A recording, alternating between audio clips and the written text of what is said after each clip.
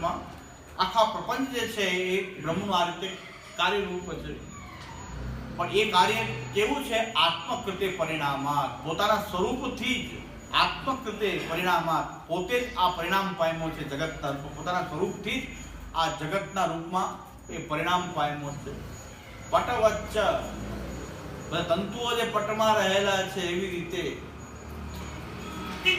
આ સૂત્રોથી આખું જગત જે છે બ્રહ્માત્મક છે. આ બે સૂત્રો બ્રહ્મસૂત્રમાં કહેવામાં આવ્યું છે. આત્મકૃતે પરિણામાન, પોતાના સ્વરૂપથી જ આખી સૃષ્ટિ થયેલી છે. એટલે બધું જ જે છે એ બ્રહ્માત્મક હોવાથી એતદ ઉક્તમ, આ જ વસ્તુ નિબંધીય સર્વનિર્ણય પ્રકરણે, આ જ વસ્તુ સર્વનિર્ણય પ્રકરણમાં, નિબંધના સર્વનિર્ણય પ્રકરણમાં શ્રી મહાપ્રભુજી આજ્ઞા કહે છે પ્રપંચ ભાવો ભગવત્યેવ લીન પ્રકટી ભવતી ઇતિ. તત્વાર્થ નિબંધ શાસ્ત્રાર્થ પ્રકરણ 68મી કારિકા કે પ્રપંચ ભાવ, પ્રપંચ જે છે એ ભગવાનની અંદર જે લીન થયેલું પ્રપંચ છે, ભગવાનમાં લીન થયેલું પ્રપંચ જે છે એ જ બહાર આવી રહ્યું છે. જે વસ્તુ જ્યારે પ્રલય થાય છે ત્યારે આ જગત જે છે એનો નાશ નથી થતો, પણ ભગવાનની અંદર એ લીન થઈ જાય છે. અંદર ભગવાનની અંદર એ લીન થયેલું આ જગત છે એ જ્યારે ભગવાન સૃષ્ટિ કરે છે ત્યારે લીન થયેલું જે જગત છે એ જ પાછું બહાર આવે છે. એટલે કોઈનો અભાવ થતો નથી, કોઈ જાતું નથી, બધા જ ભગવાનની અંદર પ્રવિષ્ટ થાય છે અને ભગવાનમાંથી બહાર આવી રહ્યા છે. એટલે ભગવાનની અંદર લીન થયેલું પ્રપંચ જ પ્રકટી ભવતી, એ બહાર પ્રકટ થઈ રહેલું છે. એટલે આવિર્ભાવ અને તિરુભાવની પ્રક્રિયાથી આખો શુદ્ધ બ્રહ્મવાદનું નિષ્કૃષ્ટ સ્વરૂપમ બ્રહ્મવાદસ્ય નિષ્કૃષ્ટ સ્વરૂપમ આપણે આ રીતે અહીં જાણવું જોઈએ. એટલે આખો બ્રહ્મવાદ જે છે આપણને સાકાર બ્રહ્મવાદ એક સ્થાપકો વેદ પારક, કેવલ ભગવાનનો આકાર જ સાકાર છે એવું નહીં, જેટલા પણ આકાર છે બ્રહ્માત્મક, જેટલા પણ આકારો નામ રૂપ જે છે એ બ્રહ્મે લીધેલા નામ રૂપ છે. એટલે આપણે ઠાકોરજીના સ્વરૂપમાં પણ હવે એમ માનીએ, ભેદભાવ માનતા હોય તો જેટલા પણ આકાર છે, ઊંચા નીચા જેટલા પણ પ્રકારના નામ રૂપ જે છે એ બધું જ હકીકતમાં તો એ આત્મકૃતે પરિણામાત હોવાથી, બધું ભગવાનનું જ પરિણામ હોવાથી એ શુદ્ધ બ્રહ્મવાદને જાણીને ભક્તિ કરવામાં આવે તો ભક્તિમાં કોઈ અંતરાય ઉત્પન્ન ક્યારે થઈ શકે નહીં, કોઈ આપણને છેતરી શકે નહીં, નિધિ સ્વરૂપ વાતથી છેતરી શકે નહીં. કોઈ તમારા ઠાકોરજી એ પુષ્ટાવેલા નથી, બરાબર પુષ્ટ થયેલા નથી કે કાંઈ પણ કહેવામાં આપણને ઠાકોરજીમાં ક્યારે અભાવ, આપણી ભક્તિમાં કોઈ અંતરાય ઉત્પન્ન થાય નહીં. કારણ કે બ્રહ્માત્મક તો છે અને બ્રહ્મ છે તો ભાવથી ભગવાન તો પ્રકટ થવા સમર્થ છે. સર્વત્ર જો સમર્થ હોય, ઘડામાંય સમર્થ હોય પ્રકટ થવા, એના રૂપમાંથી કેમ પ્રકટ ન થાય? ઘડામાંય જો ભગવાન પ્રકટ થઈ શકે તો પછી એના રૂપમાં કેવી રીતે પ્રકટ ન થાય? તો દૃઢ વિશ્વાસપૂર્વક જ્યારે ભક્તિ કરવામાં આવે તો ભગવાન પ્રહલાદજીને સંકલ્પ હતો તો દરેક થાંભલામાંથી પણ ભગવાન પ્રકટ થયા, તો ભગવદ રૂપમાં સાક્ષાત ભગવાનનો આદિદૈવિક સ્વરૂપનો આવિર્ભાવ એ પ્રકટ કેમ ન થઈ શકે? એવા ભાવથી આપણે ભગવાનને ભજી શકીએ.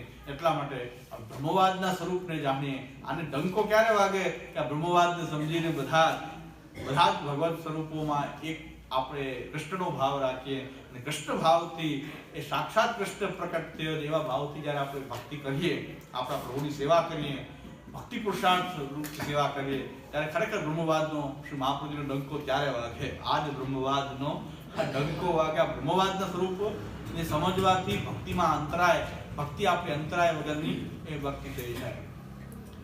અને હમણાં યુટ્યુબમાં એવું ચમત્કારિક પ્રવચન પણ મેં સાંભળ્યું, બહુ ચમત્કારિક પ્રવચન છે યુટ્યુબમાં મહારાજશ્રીનું, કે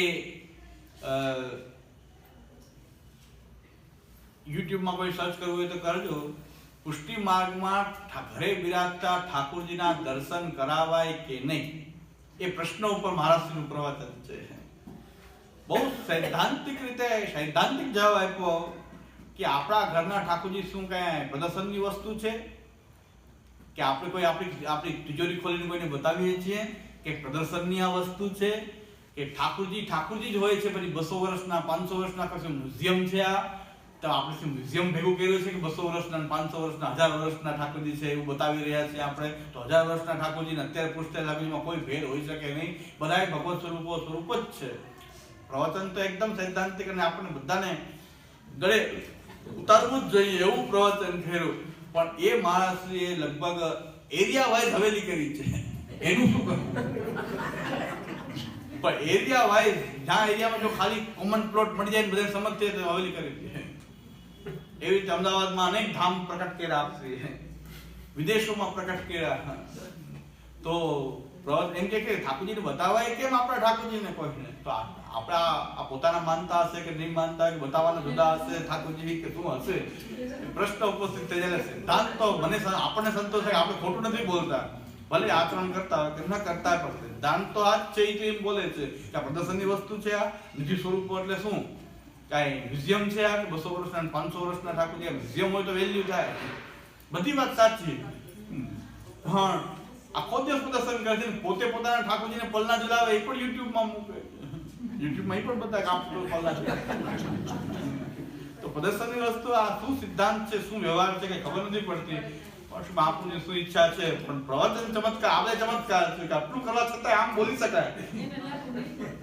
હા, બોલી શકાય એ મોઢેથી, એ તો બહુ ચમત્કારિક વાત છે. એટલે વલ્લભકુંજમાં ચમત્કારિક સ્વરૂપો તો છે જ. અદ્ભુત કર્મ, અદ્ભુત કર્મ કે કેટલી હવેલી હજી ચાલુ જ છે. એ નવા નવા ધામ ઉત્પન્ન કર્યા જ કરે છે, ચાલુ જ છે. હવેલી બનાવવાનું બંધ નથી કર્યું. પાછું આ વિચાર કંઈક ફરી ગયો હોય તો સારી વાત. વિચાર ફરવો એ બહુ સારી વાત છે. વિચાર ફરવો પણ સારી વાત છે ને ભાઈ. સારા સ્થાને આવી ગયા ને,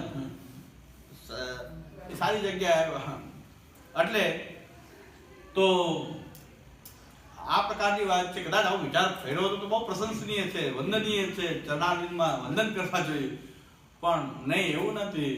પ્રવચન બરાબર છે એટલે એનું કહેવાનું હું એમ સમજુ છું અર્થઘટન કે વૈષ્ણવે પોતાના ઠાકોરજીનું પ્રદર્શન ન કરવું, વૈષ્ણવે દર્શન ન કરાવવા અમને એક મોનોપોલી છૂટ છે. દૈવી જીવન અવતારાર્થ અમને છૂટ છે, તમને છૂટ નથી, એવું કદાચ કહેવા માંગતા હોય. ત્યાં કોઈ પ્રશ્ન તો કોઈ કરતું જ નથી. પ્રશ્ન કરવો છે કે આપ આવું બોલી રહ્યા છો તો આ બધા ધામનું શું કરવું જે આપણે બનાવ્યા છે? બધા હવેલીમાં ધામ લાગે છે, દરેકમાં કંઈક ધામ. એટલે વૈષ્ણવોને કરવું પડે ને પ્રશ્ન સામે જે જેને કરતું નથી, લાગુ નથી પડતું એમ તો એમ કોક બોલે તો થાય. વૈષ્ણવોને થાય ને, વૈષ્ણવોને થાય ને, વૈષ્ણવ હોય છે.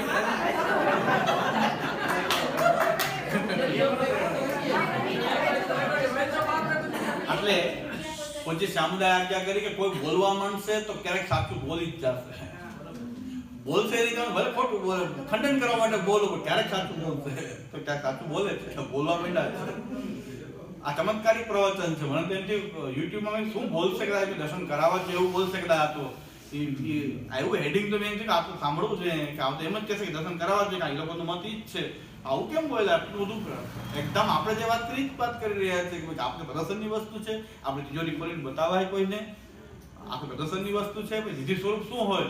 શું 500 વર્ષના સ્વરૂપ અત્યારના સ્વરૂપ ભેદ કે મ્યુઝિયમ હોય તો ભેદ છે. તમે મ્યુઝિયમ ભેગું કર્યું છે ઘરમાં કે આ ઠાકોરજીની વેલ્યુ આટલા વર્ષ જૂની છે, આટલા વર્ષ જૂની છે. આ ભગવત સ્વરૂપ છે, કૃષ્ણ જ છે, ઠાકોરજી ઠાકોરજી જ છે, બીજું કંઈ છે જ નહીં. તો પછી એમાં ભેદ છે ના? બધું સૈદ્ધાંતિક વાત છે, એમાં કાંઈ ખોટી વાત નથી. વંદનીય વાત છે, બધી સ્વીકાર્ય વાત છે. પણ એ પોતે જ હવેલી બનાવવાની ચાલુ જ છે. હમણાં તમે નવો વિચાર આવ્યો છે, સ્ટેચ્યુ ઓફ યુનિટીની બદલે સ્ટેચ્યુ ઓફ પુષ્ટિ. વલ્લભાચાર્યની 84 ફૂટની પ્રતિમા પ્રકટ કરી, સ્ટેચ્યુ ઓફ પુષ્ટિ. એટલે આપણું આ નિષ્કૃષ્ટ બ્રહ્મવાદનું સ્વરૂપ એકવાર સમજી લઈએ તો બધા પ્રશ્ન હલ થઈ જાય. બધા સબ દુઃખ દૂર ભય સખી, આ બધા સબ વ્રત ભંગ ભય સખી, એક વ્રત નિશ્ચય કર લીનો. બધું બ્રહ્માત્મક છે. આ સબ વ્રત ભંગ ભય સખી, અત્યંતા ભાવ અનન્યા ભાવ. આ બધા સબ વ્રત ભંગ ભય સખી, એક વ્રત નિશ્ચય કર લીનો. હવે એક જ વ્રત છે, બધું કૃષ્ણમય છે. અખંડમ કૃષ્ણવત સર્વમ. શ્રી મહાપ્રભુજી બ્રહ્માત્મક કે છેલ્લે એમ પણ કહે છે અખંડમ કૃષ્ણવત સર્વમ. તો બધે આપણો કૃષ્ણ દેખાવો જોઈએ એવી દૃષ્ટિ ઉત્પન્ન થાય. બધે જ કૃષ્ણ છે, આપણો કૃષ્ણ સર્વત્ર પ્રકટ થઈ રહ્યો છે. સેવીના રૂપમાં નહીં, પણ એ સેવ્ય તો એક જ હોય, પણ એ સેવ્ય પાછો એના પ્રેમવશ જો બધે આસક્તિ ભ્રમણી આવે કે બધે સેવ્યનું દર્શન થવા માંડે તો સર્વાત્મ ભાવ થઈ જાય. એટલે બ્રહ્મવાદનું સ્વરૂપ તો કમસે કમ સર્વાત્મ ભાવ ન થાય, પણ બ્રહ્મવાદના સ્વરૂપથી તો એટલું મનમાં એક જ્ઞાન થઈ જાય જેને કહેવાય છે પરોક્ષ બ્રહ્મ જ્ઞાન કહેવાય. અપરોક્ષ બ્રહ્મ જ્ઞાન નહીં, પણ પરોક્ષ બ્રહ્મ જ્ઞાન. કે પરોક્ષ બ્રહ્મ જ્ઞાન શાસ્ત્રથી આ પ્રમેય રત્નાનુથી બ્રહ્મવાદનું સ્વરૂપ એવું નિષ્કૃષ્ટ થઈ ગયું કે સર્વરૂપથી ભગવાન જ બ્રહ્મ જ સર્વરૂપ થયો છે.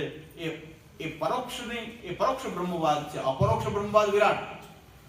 તો પૂજ્ય શ્યામદાદાએ ટીકામાં લખ્યું છે, ગીતાજીની ટીકામાં, કે જો પરોક્ષ બ્રહ્મ જ્ઞાન થાય તો મહાત્મ્ય જ્ઞાનથી ભક્તિ થાય, અને અપરોક્ષ રૂપે સાક્ષાત જો વિરાટ પ્રગટ થાય તો ભય થાય, ભક્તિ ન થાય. એટલે કે વિરાટ જોવું ભલે જોવાય નહીં, જોવા તો ભાઈ હા ભય લાગવા માંડે. ભાઈ આપણા ઠાકોરજીથી ભય લાગે પછી તો કે આવો વિરાટ પુરુષ છે આ તો ભય થશે. પરોક્ષ બ્રહ્મ જ્ઞાન છે ભક્તિજનક છે, અને અપરોક્ષ બ્રહ્મ જ્ઞાન છે ભયજનક. તેને રૂપેણ ચતુર્ભુજેન સહસ્ત્રબાહુ ભવ વિશ્વ મૂર્તે. અર્જુને કીધું ભાઈ આ જોઈ લીધું બસ થઈ ગયું, હવે આ પાછા પેલા હતા ચતુર્ભુજ રૂપથી પાછા થઈ ગયા, આ જોઈ લીધું ઘણું થઈ ગયું, હવે આગળ હવે નથી જોવું, આના રૂપે રહેશો તો પછી આપણી પાસે હોય જ. તેને રૂપેણ ચતુર્ભુજેન સહસ્ત્રબાહુ ભવ વિશ્વ મૂર્તે. હવે પાછા પેલા હતા એવા જ થઈ જાવ. એટલે આપણે આ અપરોક્ષ બ્રહ્મ જ્ઞાન છે તો કોકને જ ભક્તિ પ્રકટ કરાવી શકે, બાકી તો ભય જ પ્રકટ કરે. પણ પરોક્ષ બ્રહ્મ જ્ઞાનનો જે સિદ્ધાંત છે બ્રહ્મવાદનો, સાકાર બ્રહ્મવાદ એક સ્થાપકો વેદ પારગ. આવા પાયાથી કોઈ ભણીને પુષ્ટિ માર્ગમાં દીક્ષા લઈને આગળ વધે તો ક્યારેય પણ એનો પાયો એટલો બ્રહ્મવાદ ઉપર ઉભેલો જે પાયો જે છે એટલો મજબૂત હોવો જોઈએ કે ભક્તિ માર્ગમાં કોઈ પ્રશ્ન આગળ રહે જ નહીં. એક એક પ્રશ્ન લઈને આવે, સમાધાન કરતા નહીં, બીજો પ્રશ્ન સમાધાન, બધા પ્રશ્નો એક સાથે સમાધાન. સર્વ બ્રહ્માત્મક હોવા બધા પ્રશ્ન આપણા હલ થઈ ગયા. અભાવની બધી વ્યાખ્યા, ભાઈ અન્યન્ય ભાવ નિરાકરણ કર્યું તો અત્યંત ભાવ નિરાકરણ થઈ ગયું. અભાવ જ નથી, કારણ કે અમારો બ્રહ્માત્મક છે, એ પાછું શ્રુતિ સિદ્ધ છે, પ્રમાણ સિદ્ધ છે કે સર્વમ સર્વમયમ છે, એવું તાપનીય સ્તુતિમાં પણ કહ્યું છે. એટલે આ નિષ્કૃષ્ટ બ્રહ્મવાદનું સ્વરૂપ સમજાય જાય તો બધું સમજાય જાય કે ભાઈ અમારું આ નિષ્કૃષ્ટ સ્વરૂપ બ્રહ્મવાદનું આવું છે કે સર્વ ભગવાન સર્વરૂપ થયો છે. સર્વરૂપ થયો છે તો સેવ્ય રૂપમાં પણ એ જ થયો છે, સેવક રૂપમાં પણ એ થયો છે, સેવા રૂપમાં પણ એ થયો છે. નામ રૂપ અને કર્મ ત્રણેય. સેવા પણ એ જ છે, સેવા પણ એ બહેનો છે, કર્મ રૂપ સેવા કર્મ પણ એ બહેનો છે, સેવ્ય રૂપ એ બહેનો છે, સેવક રૂપ આપણે પણ એ જ બહેના. ઘણા કહે છે કે મહાપ્રભુજી એક વિદ્યાર્થીએ મને કહ્યું કે આપણે ત્યાં મહાપ્રભુજીને કૃષ્ણ કહેવાય અતિશયોક્તિ નથી, આ બધું થોડીક વધારે પડતું કે મેં કીધું વધારે પડતું નથી, તમે બ્રહ્મવાદ સમજો તો આપણે પણ એ છીએ તો મહાપ્રભુજીને શું વાંધો? આપણે પણ હકીકતમાં આપણા જેવા તુચ્છ જીવ પણ બ્રહ્માત્મક હોવાને નાતે આપણે પણ જો એ કૃષ્ણાત્મક છીએ, કૃષ્ણના અંશાત્મક હોવાથી કૃષ્ણ છીએ, તો મહાપ્રભુજીમાં કોઈ અતિશયોક્તિ નથી. આ બ્રહ્મવાદ ન સમજો તો અતિશયોક્તિ લાગશે કદાચ કે ભાવ કદાચ વધારે પડતું નથી કહેવાય ગયું કે મહાપ્રભુ સાક્ષાત કૃષ્ણ છે, એવું અતિશયોક્તિ નથી, મેં જરાય નથી. કારણ કે બ્રહ્મવાદમાં અમે તો એમ કહીએ છીએ કે તું ને હું પણ એ બહેના જ છીએ, કૃષ્ણ જ બહેના છીએ. તો મહાપ્રભુજી જેવું આ અલૌકિક આદિદૈવિક આચાર્ય રૂપ તો શા માટે કૃષ્ણ રૂપ ન હોઈ શકે? પણ મૂળ રૂપને છોડીને કોઈને ખાલી કૃષ્ણ મહાન હોવું એ સિદ્ધાંત વિપરીત વાત છે. પણ મૂળ રૂપ કૃષ્ણને જાણીને કૃષ્ણ સર્વરૂપ થયો છે એમ માનીને કોઈને કૃષ્ણાત્મકતા આપણે સિદ્ધ કરીએ તો એમાં મહાપ્રભુજીમાં તો શું એક ઘડામણ તૃણમાં કે સુનિશ્ચય સપાકે છે પંડિતા સમદર્શિના, ત્યાં સુધી આ વાત જાય છે. આ તો બ્રહ્મવાદની વાત તો અમારી ત્યાં સુધી જાય છે કે મહાપ્રભુજી સુધી સીમિત નથી કે બાલક સબ બ્રહ્મ જાણીએ જાકો વેદ વિમલ યશ ગાહે. ખાલી બ્રહ્મ બાલક જ છે એવું નથી, પણ બ્રહ્માત્મકતાની વાત તો બહુ આપણી આગળ સુધી જાય છે. આમ તો બોલાય નહીં, જ્યાં મુખરતા દોષ કહેવાય, સુનિશ્ચય સપાકે એમ કહી દઉં છું ખાલી, પણ આ વાત ત્યાં સુધી જાય છે કે બ્રહ્મવાદની વાત છે. આવો આપણો સિદ્ધાંત, આપણો આ સિદ્ધાંત છે, આના ઉપર આપણી ભક્તિ ઊભી છે, સેવા ઊભી છે, સમર્પણ સેવા બધું આ પાયા ઉપર ઊભું છે. એટલે એ આપણે સમજી લઈએ.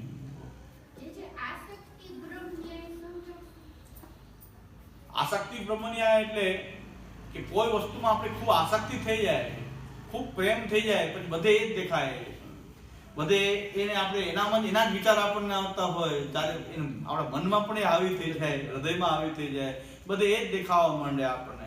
લૌકિક વસ્તુની લિમિટેશન એવી છે કે જેને પ્રેમ કરીએ છીએ ત્યાં ભ્રમ રહે છે, આસક્તિથી ભ્રમ થાય છે. કોઈ વ્યક્તિ આવે તો આપણે જેને પ્રેમ કરતા એ વ્યક્તિ આવી રહે એવું લાગે, એ ભ્રમ હોય છે. પણ ભગવાનના સંદર્ભમાં એ ભ્રમ નથી, કારણ કે સર્વરૂપ હોવાથી એ સર્વ રીતે એ તો છે જ, તો ભ્રમ ક્યાં છે? તો ભગવાનનું સર્વત્ર દેખાવું ભ્રમ નથી, કારણ કે સર્વરૂપ થઈ શકે છે, એ સર્વરૂપમાં આવી શકે છે, સર્વરૂપમાં દેખાઈ શકે છે. તો ત્યાં ભ્રમ પણ બ્રહ્માત્મક છે, એ ભગવાનનો ભ્રમ થવો એ તો કારણ કે એનું સામર્થ્ય છે કે તે આપણને ભગવાન જ બધે દેખાવા માંડે તો આપણને ભ્રમ હોય તો ભલે ભ્રમ હોય, એ ભ્રમોમાં પણ એવી શક્તિ છે કે ભગવાન તો સર્વત્ર પ્રગટ થઈ શકે છે. તો લૌકિક વસ્તુનો ભ્રમ ખૂબ ને ખૂબ પ્રેમ કરો તો એ વસ્તુ તમને સર્વત્ર દેખાય છે, સર્વત્ર એનું અનુસંધાન થયા કરે. જેમાં જેનો પ્રેમ હોય, બહુ પ્રેમની આગળ આસક્તિ ખૂબ વધી જાય તો પછી એના જ વિચારો આવે, મનમાં એ જ વિચારો હોય તો એ જ દેખાય બધે. તો એ આસક્તિ ભ્રમ ન્યાય છે. પછી લૌકિક વસ્તુ માટે ભ્રમ છે, પણ ભગવાનના સંદર્ભમાં જઈએ તો ભગવાનને સર્વરૂપમાં પ્રકટ થઈને અનુભવ કરાવી શકે એટલું સામર્થ્ય એની અંદર રહેલું છે. લૌકિક વસ્તુઓમાં એ સામર્થ્ય, લૌકિક પદાર્થ કે વસ્તુ કે વ્યક્તિમાં એ સામર્થ્ય નથી, કારણ કે આમાં આવ્યું છે નિયમન કરેલું છે ભગવાને, એમાં આટલું જ પ્રકટ કરી શકે. પણ ભગવાનમાં તો એ સામર્થ્ય માનવું જ પડશે કે સર્વરૂપમાં એ આવી શકે છે.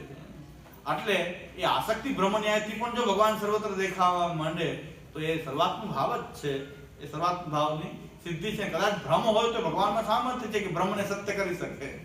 અત્યારે મને કદાચ એમ લાગે કોઈ કેમ મને ભ્રમ થતો, ઘણા સાનુભાવ થાય ને તો ભ્રમ જ માને. વૈષ્ણવ એમ કહેતા કે સાનુભાવ આવું તો હોય નહીં, પણ મને ભ્રમ થયો હતો. પણ ભાઈ ભ્રમ થવો એ બહુ સારી વાત છે. એ ભ્રમ સાચો કરવો એના હાથમાં છે. અત્યારે ભ્રમ કદાચ હોય તો શું, બીજો ભ્રમ થવો એના કરતા ભગવાન બોલી રહ્યા છે ને માંગી રહ્યા છે એવો ભ્રમ થવો પણ સારી વાત છે, બહુ આનંદની વાત છે. એટલે એનામાં સામર્થ્ય છે કે ભ્રમના રૂપમાં પણ એ પોતે સત્ય થઈને સામે પ્રકટ થઈ શકે. જેમ કે સ્વપ્ન બધા ખોટા છે, પણ ભગવાન વિશે એક સ્વપ્નને સત્ય માની શકીએ અમે, કારણ કે ભગવાન અંદર બહાર બધે જ છે, સર્વ રૂપમાં છે, તો એની માટે તે વસ્તુ સત્ય છે. ઠાકોરજીના સપના હોય, ઠાકોરજી વિશે કઈ સ્વપ્ન હોય તો સત્ય છે, બાકી તો સ્વપ્નની સૃષ્ટિ તો મિથ્યા સૃષ્ટિ છે. સ્વપ્ન બધા સાચા નથી, પણ ઠાકોરજી વિશે એક સ્વપ્ન હોય તો એને આપણે સાચું માનીએ છીએ, કારણ કે ભગવાન અંદર બહાર બધે સ્થિતિ કરી રહ્યા છે, સર્વત્ર સ્થિતિ કરી રહ્યા છે. એટલે અને સર્વરૂપમાં પ્રકટ થવાનું એનું સામર્થ્ય છે. એટલે આ આપણો વિષય છે કે અહીંયા આપણે અહીં સુધી રાખીએ છીએ. હવે આગળ આપણો વિષય આગળ ચાલશે. એ કયો ટોપિક આવે છે આગળ? આ બ્રહ્મવાદ આપણું સિદ્ધ થઈ ગયું. હવે અવાંતર કાર્યકારણીઓ આવિર્ભાવ વિષયે બ્રહ્મવાદાનુસારીની પ્રક્રિયા. આવા અવાંતર કાર્યકારણ ભાવ કેવી રીતે છે? આવિર્ભાવ વિષયે, આવિર્ભાવના વિષયમાં અવાંતર કાર્યકારણીઓ આવિર્ભાવ વિષયે, કાર્યકારણના રૂપમાં જે આવિર્ભાવ છે, જો વિષય છે, એમાં બ્રહ્મવાદાનુસાર જે પ્રક્રિયા શું છે એ પ્રક્રિયા હવે સમજાવવામાં આવશે. આટલો આપણો વિષય છે.